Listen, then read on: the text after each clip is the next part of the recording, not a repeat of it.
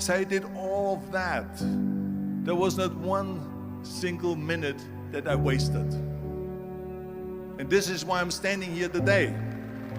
With the age of 20, I went to London and I won the Mr. Universe contest as the youngest Mr. Universe ever. And it was because I had a goal. You see, if you don't have a vision of where you go, and if you don't have a goal where you go, you drift around and you never end up anywhere.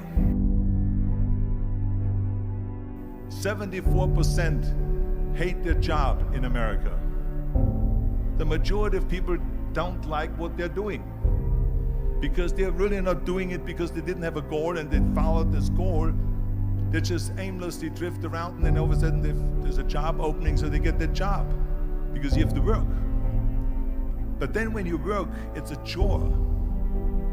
It's work.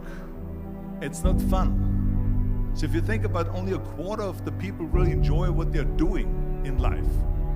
So people always ask me, when they saw me in the gym in the pumping iron days, they say, why is it that you're working out so hard?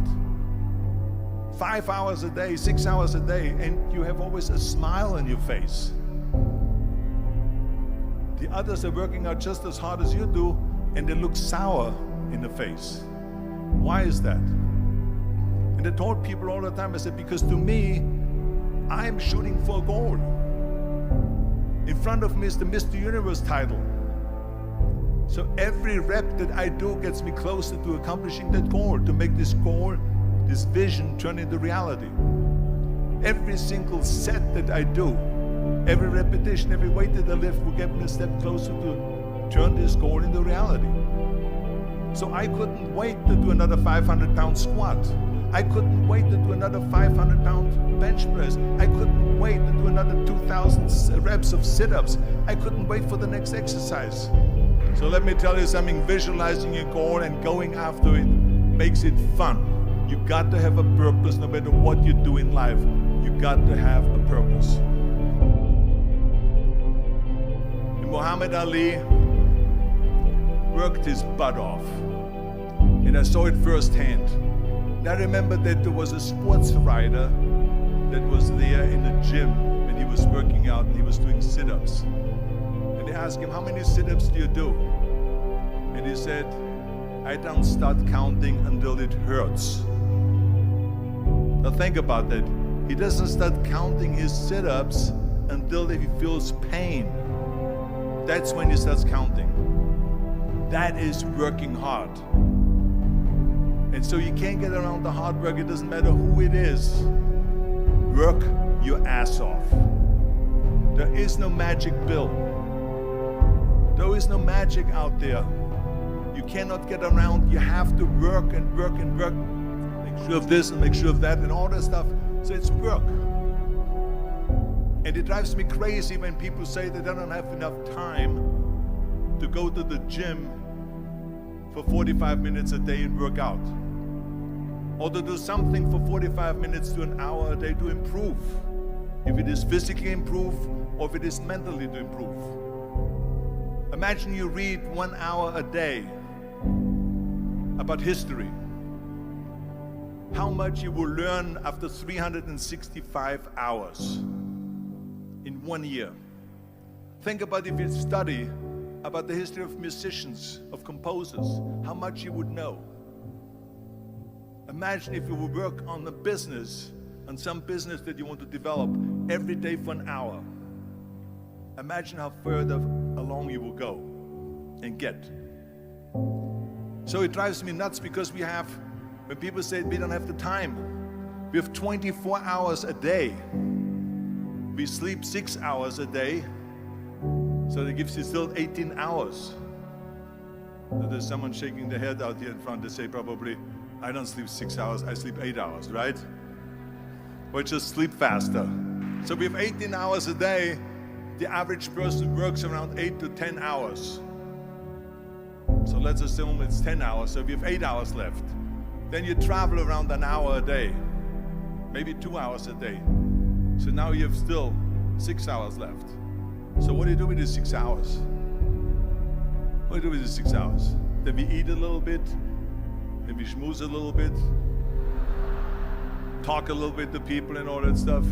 But you can see how much time there is available if you organize your day. So you got to work hard. I hate plan B. And I tell you why. Because we have so many doubters, as I've said earlier, the no-sayers. We have so many of those people that say no and you can't do it, that's impossible.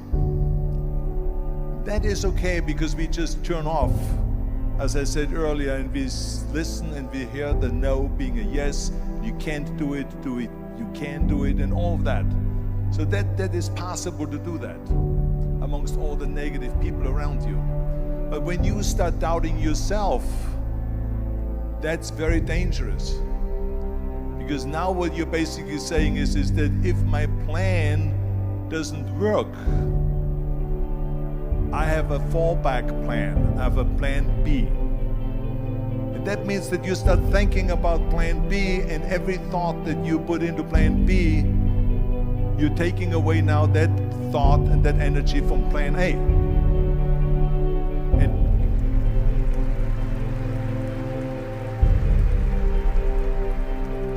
And it's very important to understand that we function better if there is no safety net, because plan B becomes a safety net. It says that if I fail, then I fall and I get picked up and I have something else there that will protect me. And that's not good, because people perform better when there's no safety net. People perform better in sports and everything else if you don't have a plan B. I'm telling you, I've never ever had a plan B. I made a full commitment that I'm gonna go and be a bodybuilding champion. I made a full commitment that I'm gonna be in America. I made a full commitment that I'm gonna get in the show business and I'm going to be a leading man. No matter what it takes, I will do the work. I will do the work over and over and over until I get it. And the same was in politics, in everything like that. So to me, it is very dangerous to have a plan B, because you're cutting yourself off from the chance of really succeeding. And the reason, one of the main reasons why people want to have a plan B is because they are worried about failing. What is if I fail, then I don't have anything else? Well, let me tell you something. Don't be afraid of failing, because there's nothing wrong with failing. You have to fail in order to climb that ladder. There's no one that doesn't fail. Michael Jordan said in one of his interviews, when they said, "You're unbelievable, you're the greatest basketball player of all times." I mean, tell me about that. And he says, "Well, you're just mentioning the successes." But he says, "For me to become the greatest basketball player, I missed 9,000 shots when I was playing basketball at the NBA games." So during these games that he was so successful, he missed 9,000 shots. Does it make him a failure? No. He's one of the greatest basketball players of all times, but he failed 9,000 times. Do you get it? We all fail. It's okay.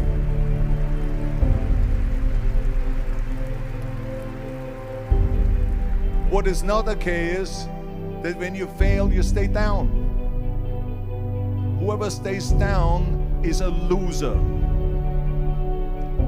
And winners will fail and get up, fail and get up, fail and get up. You always get up. That is a winner. That is a winner. I failed in bodybuilding. I lost bodybuilding competitions. I lost powerlifting competitions. I lost weightlifting competitions. I had movies that went in the toilet and that were terrible and got the worst reviews. And in politics, I remember I had many of the initiatives on the ballot, and we lost. My approval rating in California went down to 28%, and then it went back up again, and they won again the governorship. Hey, we all lose. We all have losses. This is okay, and this is why I say don't be worried about losing, because when you're afraid of losing, then you get frozen. You get stiff, you're not relaxed. You got to be, in order to perform well in anything, if it's in boxing or if it is on your job or with your thinking, is only happening when you relax. So relax. It's okay to fail. Let's just go all out and give it everything that you got. That's what it is all about. So don't be afraid to fail.